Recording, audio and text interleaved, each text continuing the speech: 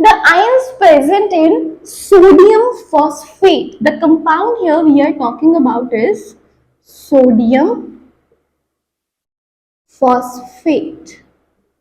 Sodium is Na positive ion and phosphate is PO4 3 negative. Sodium phosphate. The compound is Na3PO4.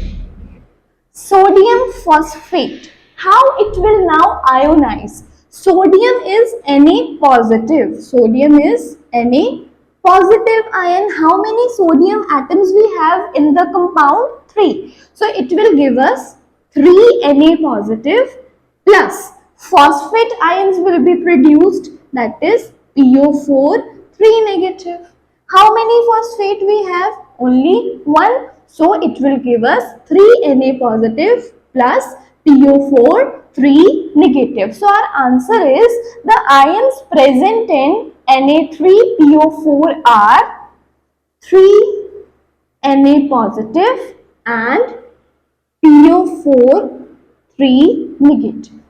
Here Na positive is the cation and PO4 3 negative is the anion. Cation means the ion that carries the positive charge and anion means that ion or that electrical species that contains the negative charge.